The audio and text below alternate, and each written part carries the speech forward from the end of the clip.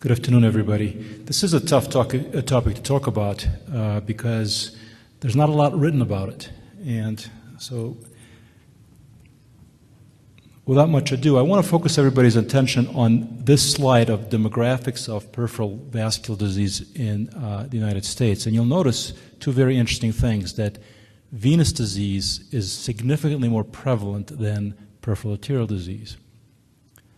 Now, peripheral arterial disease is caused by arterial obliteration that limits blood flow to the limbs. It commonly results from atherosclerosis. It leads to arterial insufficiency, and it manifests in intermittent claudication or critical ischemia. And these are the feet with typical appearance of critical ischemia and tissue loss related to peripheral arterial disease.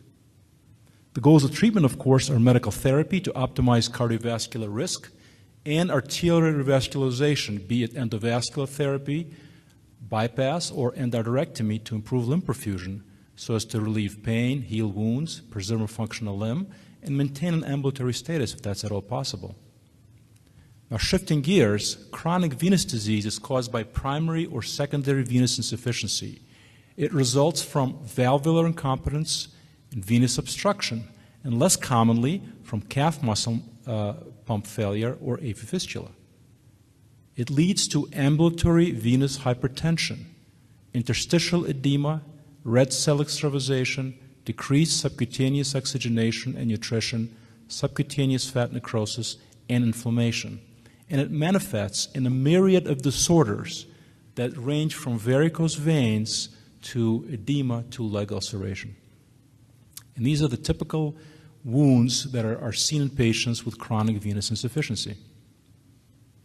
Now, the goals of treatment for symptomatic CVI is firstmost conservative therapy to decrease leg edema and to improve valve function with leg elevation and graduated compression.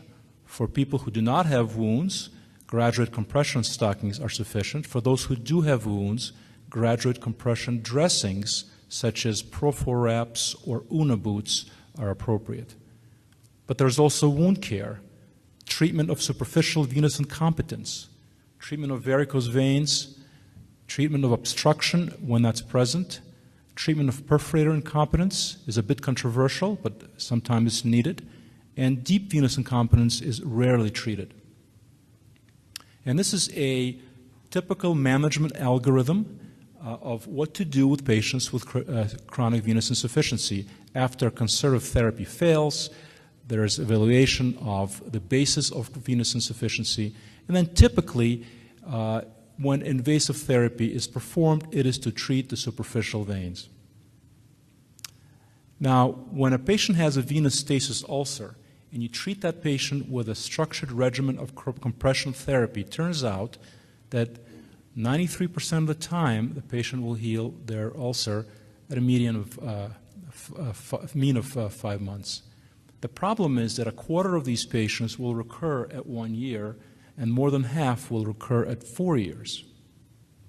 So the first question I want to pose is, can venous intervention improve outcomes just in pure venous disease? Well, there was a recently published meta-analysis to answer this question from the Mayo Clinic, which compared all the literature out there looking at compressive therapy versus compressive therapy plus intervention for venous disease. They had 12 unique studies, only 3 endovascular studies, 7 randomized trials, and almost 1,500 involved ulcerated limbs. As you can imagine, the data was heterogeneous. And so in terms of ulcer healing was slightly better in the surgical group, but there was no significant difference in the number of ulcers healed in these papers in the endovascular group. With respect to the outcome of time to ulcer healing was not shorter in the surgical group. There was one paper on the endovascular interventions where, in fact, time to ulcer healing was faster. And then finally, ulcer recurrence is the final outcome that they looked at, and there's significant evidence that surgical intervention resulted in less frequent recurrence. And that one lone article on endovascular therapy confirmed that finding. So let's consider now patients who have arterial disease and venous disease. How do we treat them? The most relevant patients to consider are those patients who have wounds. And the questions that one might want to ask is, number one, how common are these patients? Number two, how are these patients best treated? Is compression therapy safe in these patients? When do you treat the venous disease? When do you treat the arterial disease? And how do these patients respond to treatment? So how common are these patients? There was almost 25, 26 years now since a paper was published on a Swedish cohort of almost 1,000 patients with ulcers. And they took about 40% of those patients randomly and they measured their venous function and arterial function using non-invasive means in a formal fashion. And what they found is that out of this cohort of ulcers, calf and foot ulcers, 70% or so patients had chronic venous insufficiency, and 22% of patients had both arterial insufficiency and venous insufficiency.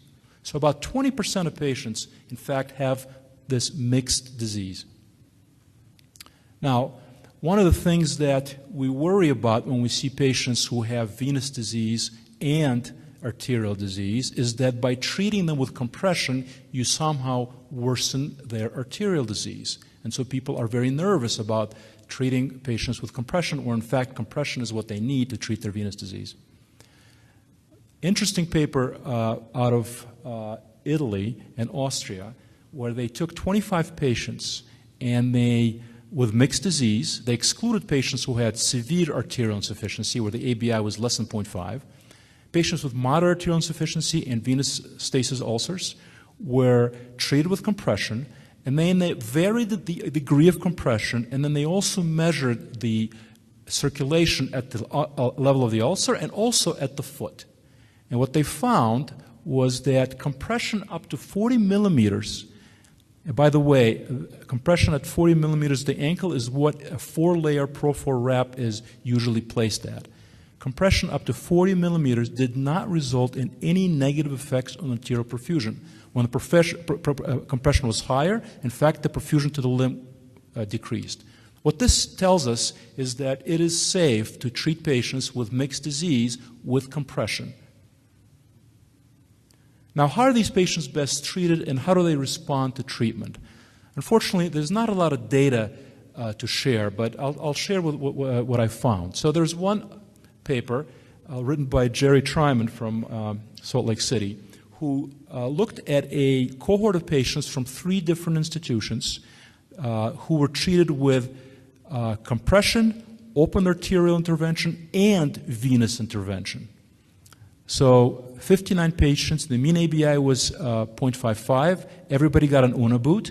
Most patients were treated with arterial reconstructions. Most of these were surgical bypasses and reconstructions. And about half were treated with venous reconstructions. Most of these were ligation and stripping. And 58% of the ulcers healed, 30% did not heal. But the interesting thing that this group found was that graft patency and prior DVT predicted healing. So if somebody had a bypass that failed, healing was less likely. Or if somebody had their venous insufficiency related to a prior DVT, in other words, significant obstructive symptoms, healing was less likely.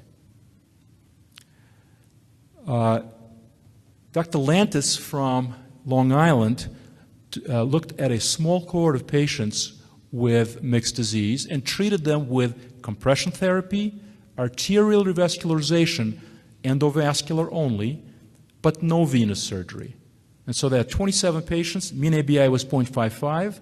They initially started treating these patients with 1-layer wrap because of concern for worsening arterial ischemia, and then they performed endovascular therapy on all of these patients. And most of these procedures were on the SFA. What they found, first of all, they were successful 100% of the time, but they found that there was a significant change in the slope of the healing curve before and after arterial revascularization. Basically, once you revascularize the arteries, the healing of the wounds got better with compression. Lastly, this group from Italy looked at 180 patients who were treated with compression, venous treatment, but no arterial intervention. So they have 71 patients with mixed disease out of the 180 patients with venous disease and recalcitrant ulcers. They used, for the venous reconstruction, they used foam sclerotherapy injected into the saphenous vein. And what they found was that healing time was longer in the mixed patients. Again, this has been seen by others. And that deep venous disease, arterial disease, ulcer size, and duration negatively influenced healing. But most of all, that was interesting to me was, in fact, healing occurred without arterial intervention. Again, these were patients who had moderate arterial disease. So here's an opinion-based algorithm that I overlay on an algorithm that was proposed by Dr. Haydari at a recent vascular medicine review of the topic. So if a patient has mixed arterial and venous disease, and again, I'll tell you that there's not a lot of evidence for this. That's why I use the word opinion-based. If a patient has a mixed arterial and venous disease, and let's say venous stasis ulcer, and their ABI is less than 0.5, you got to revascularize that patient.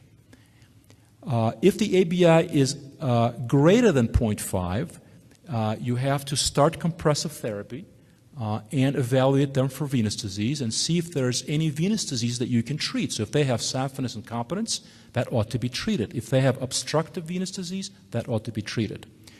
If the ABI is less than 0.8, then you most certainly ought to intervene on the arterial side as well. And again, continued compressive dressing is a wound care. If the ABI is greater than 0.8, basically mild to moderate ischemia, perhaps arterial intervention may be obviated. So in conclusions, there's a lot of limitation to the current knowledge of how patients with mixed disease ought to be treated. There are a lot of questions, more questions than answers. So how do we define significant venous reflux? I didn't talk about that, but some papers define it as greater than 1 second reflux. Some papers define it as greater than 5 second reflux. Is any intervention beyond compression therapy really needed? Clearly, there are some papers, I showed you one, where the answer is no. Is it mandatory to treat superficial incompetence? What is the best way to treat superficial incompetence? Is it mandatory to treat moderate ischemia? Clearly, severe ischemia ought to be treated. No one argues with that. And what is the best way to treat arterial insufficiency? What wound care paradigm is optimal? There are a lot of questions that need to be answered, and more well-designed research is needed. Thank you.